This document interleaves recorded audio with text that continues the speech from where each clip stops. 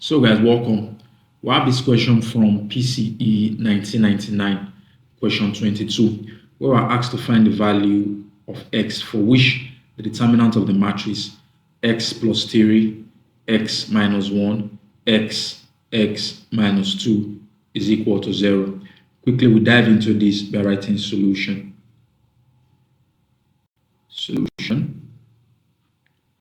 Next, we proceed to looking for the value of x by applying the pathway that normally we use in looking for a determinant of a 2 by 2 matrix. So in proceeding, we'll just copy out what we've been given. We have x plus 3, x minus 1. We have x minus 2, all equal to 0. Next thing we do is that we'll cross multiply. And this becomes brackets open, x plus 3, bracket close, bracket open, x minus 2, bracket close, minus, we have x, bracket x minus 1, bracket close, all equal to 0. Next, we multiply, and we have x times x gives us x squared. X times minus 2, we have minus 2x.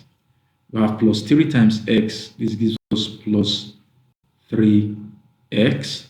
Plus 3 times minus 2, we have minus 6.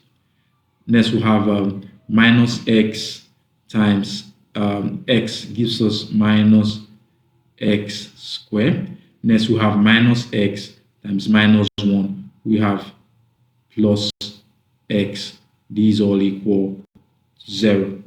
Next thing is that we collect like terms, and we'll have x squared cancelling out minus x squared. And we have minus 2x plus 3x plus x. This will end up giving us 2x. We'll bring down minus 6. This is equal to 0. Next thing, minus 6 moves to the other side of the equal to. We have 2x is equal to 6. We divide both sides of our equation by 2. Divide by 2. Divide by 2.